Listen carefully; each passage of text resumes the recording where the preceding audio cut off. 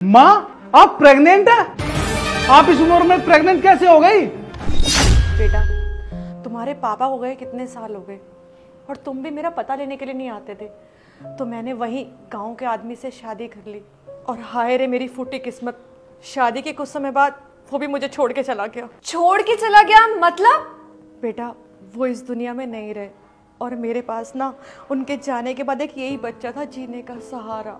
और आज जब तुम दोनों का फोन आया मेरे पास तो मुझे लगा कि मेरा परिवार पूरा हो चुका है। और वैसे भी इस टाइम पे तो ज़्यादा केयर की ज़रूरत होती है और तुम तो मेरे अपने हो। मुझे यही लगा कि अब तुम मेरी ज़्यादा केयर करोगे। अरे माँ मैं आपका बेटा हूं ना, और ये आपकी बहू, और हम दोनों का तो फर्ज है आपकी देखभाल करना। ज्योति जाओ तुम मम्मी के लिए कमरा रेडी करो, जाओ। हाँ हाँ मैं भी कमरा रेडी करती हूँ मम्मी के लिए। आओ माँ।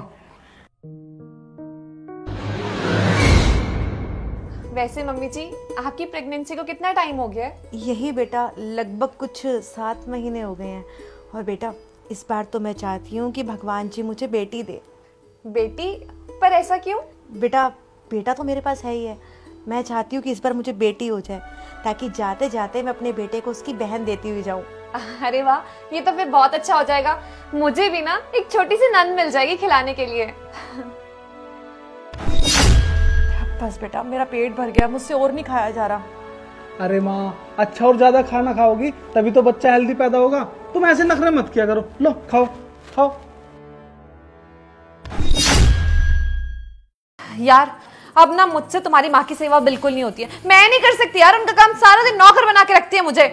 अरे यार ज्योति, तो अब हम और कर भी क्या सकते हैं? अगर हमें ये प्रॉपर्टी अपने नाम करवानी है ना, तो हमें ये ड्रामा ये नाटक चालू रखना पड़ेगा। और सिर्फ 3-4 महीने की तो बात है, उसके बाद मेरी माँ को वो बच्चा हो जाएगा। हम क्या करेंगे, उस बच्चे को अपने पास रख लेंगे और माँ को ना वृद्धाश्रम भेज देंगे, ये सारी प्रॉपर्टी अपने नाम करवाने के बाद। अरे तुम पागल हो गए हो क्या? अभी वो बच्चा तुम्हारी माँ के पेट में है, तब जाके मुझे उनकी इतनी सेवा करनी पड़ती है, इतना काम करना पड़ता है। सोचो जब वो बाहर आ जाएगा तब मुझे कितना काम करना पड़ेगा, उन दोनों की सेवा करनी पड़ेगी। नहीं मुझसे नहीं होगा काम वाम। मैं तो कहती हूँ उस बच्चे का ना इस दुनिया में आने से पहले ही खात्मा कर दो, अबॉर्शन करवा दो अपनी माँ का। लेकिन ये कैसे हो सकता है? अरे सब हो जाएगा, तुम टेंशन मत लो, बस देखते जाओ। अब बेटा ये तुम दोनों मुझे कहाँ ले आए हो, वो भी आंखों पे पट्टी बांध के? मम्मी जी अभी आपको सब पता चल जाएगा।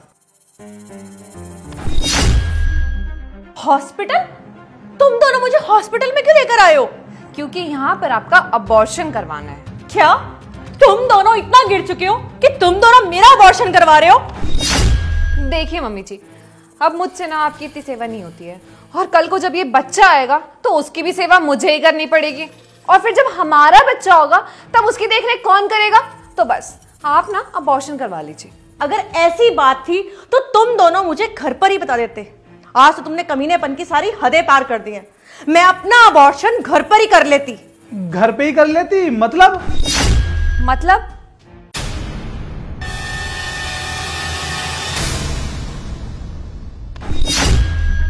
ये क्या है? तुम्हारे पेट में ये तकिया था?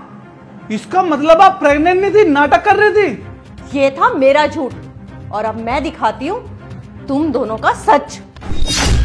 यार सनी, माँ को इतने साल बाद कॉल करके बुलाने की क्या जरूरत थी? अरे यार ज्योति, माँ को इतने साल बाद यहाँ पे बुलाने का भी एक बहुत बड़ा रीजन है। तुम्हें पता है माँ की कितनी उम्र होती जा रही है, और क्या ही पता कि वो कितने साल जिएंगी और कितने साल नहीं। मैंने माँ को गांव से इसलिए यहाँ बुलाया है ताकि हम उनकी कुछ दिन सेवा कर सके और वो खुश होकर सारी प्रॉपर्टी हमारे नाम कर दे। और जब सारी प्रॉपर्टी हमारे नाम हो जाएगी हम माँ को वृद्धाश्रम भेज देंगे। अरे वाह, ये तो सही है। वैसे भी बुढ़िया को ज्यादा दिन नहीं जीने वाली, उसकी सारी प्रॉपर्टी हमारे नाम हो जाएगी तो कितना बढ़िया होगा ना। अच्छा तो इसलिए इन दोनों ने मुझे यहाँ बुलाया था झूठ बोल के। बड़े चालाक बन रहे हैं ये दोनों, पर ये नहीं जानते कि मैं भी इनकी माँ हूँ। इन्हें तो मैं बताती हूँ। मैंने प्रेग्नेंट होने का नाटक सिर्फ इसलिए किया था कि तुम दोनों थोड़ा बहुत अपनी माँ पे तरस खाओगे, पर नहीं, तुम दोनों तो इस हद तक गिर चुके हो कि तुम दोनों मेरा बच्चा गिरवाने के लिए मुझे हॉस्पिटल में ले आए।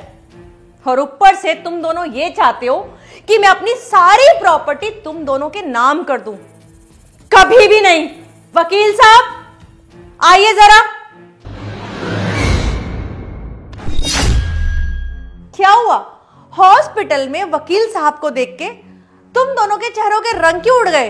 हाँ, अभी जो तुम दोनों को भ्रम की बीमारी होगी ना, ये वकील साहब उस भ्रम को दूर करेंगे। वकील साहब बताइए जरा इन दोनों को। देखिए, आपकी मदर ने आपकी सारी प्रॉपर्टी वृद्ध आश्रम के नाम करने का फैसला लिया है, और अनाथ आश्रम के भी।